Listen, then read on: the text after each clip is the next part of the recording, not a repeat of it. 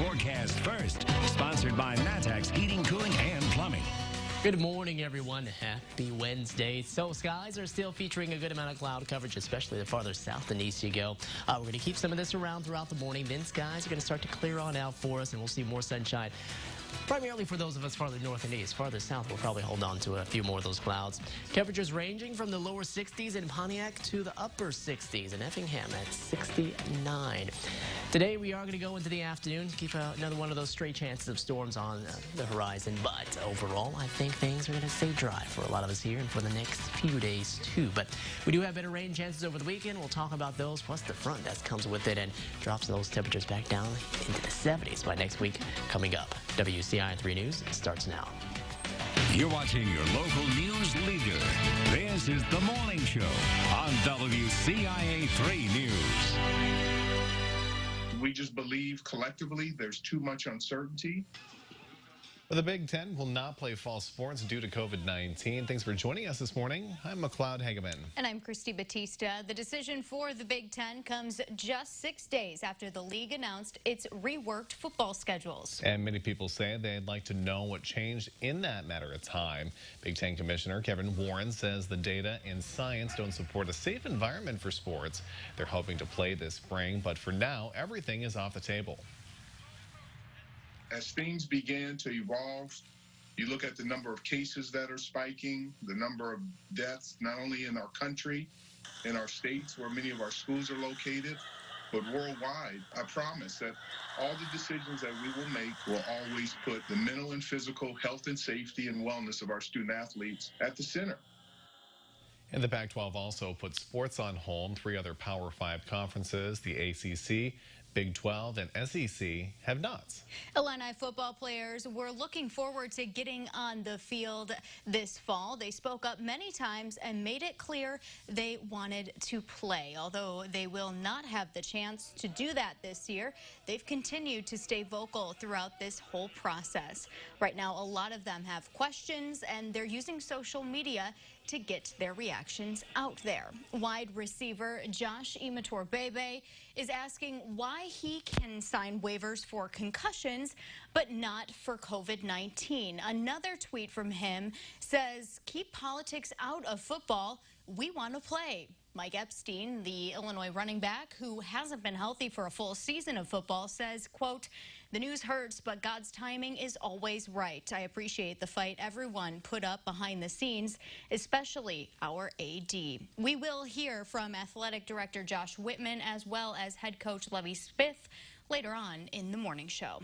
And this decision won't only affect athletes and fans, but Central Illinois business and restaurant owners are taking a hit as well. One of those is Stan's Sports World in Champaign. They sell U of I promotional products and clothing to the university.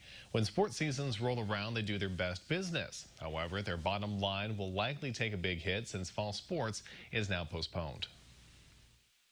There's so much revenue, through the university that football gives to them, which then is a trickle-down effect, which if they start cutting sports, would be huge for us. And business owners say they hope people in the Champaign-Urbana area realize the importance of local support when shopping. Currently outdoors, we're seeing a lot of skies that are just featuring more of the partly cloudy conditions. And thankfully this morning, not having to deal with too much of the fog. It's definitely comfortable out there as we are starting off in the mid to lower 60s in a lot of our locations. Closer to I-70, keep an eye out. We're closer to the moisture source, which is going to be mainly tracking more into southern Indiana. But we're going to see how much of this can lift northward and probably bring some shower activity, not only just for those of us closer to I-70, but maybe even a little farther northward of that. 66 in Champaign, sitting at 67 in Springfield. We're closer to 70 in Effingham, while sitting in the 70s where they had a lot more of the cloud coverage and the light shower activity throughout the night. Going to be some clouds around this morning. We do get to see a little more sunshine by the afternoon, but keeping an eye out too for those spotty chance of rain later on into the day.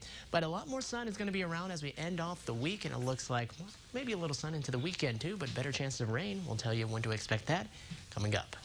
Christy and Mac. All right, thank you, Adam. Well, Urbana's school board voted to approve the district's reopening plan for the fall, but not before making some changes. Superintendent Jennifer Ivory Tatum says the administration is now recommending staying fully remote for the entire first quarter, and the board approved that plan. Last week, she announced the district would no longer offer hybrid learning at the start of the year, but could return to that format as early as September 8th. Ivory Tatum says a big driver in that decision was the rise in cases in the area. Another major factor, Champaign's decision to go fully remote for the first quarter. It impacts us greatly. As Chancellor Jones said, in meetings I've been in with him, there isn't an imaginary wall around the U of I, there isn't an imaginary wall around Champaign either. Ivory Tatum says more than 300 Urbana staff members are from Champaign, and those with kids were facing tough decisions on finding childcare if the districts weren't in sync. Urbana's kids are set to go back to the classroom on the 24th. They are less than 2 weeks out from the start of the quarter. Well, the State Board of Education is reviewing school districts' curricula when it comes to Black history. The board sent a survey to every school district. It's gathering information about when school districts begin teaching Black history, whether standardized tests include material on it, and what the penalties should be if it isn't taught. Now, the board is working with a group of teachers to enhance its standards by the end of the year, not only on Black history, but also on immigration and Holocaust education. Taking a look now at the latest coronavirus numbers across the state, there are more than 1,500 new cases in Illinois. That makes the total number of infections nearly 197,000. 20 more people have died. There have been more than 7,600 COVID-19 related deaths across the state. U of I students are coming back to Champaign-Urbana, and one former professor says that could mean a huge spike in COVID-19 cases. WCIA3's Courtney Bunting explains. Really, for the first time since the pandemic arrived in our community, we're going to have most of the students back on campus. U of I students are trickling back into the Champaign-Urbana community. As their numbers grow, so could COVID-19 cases.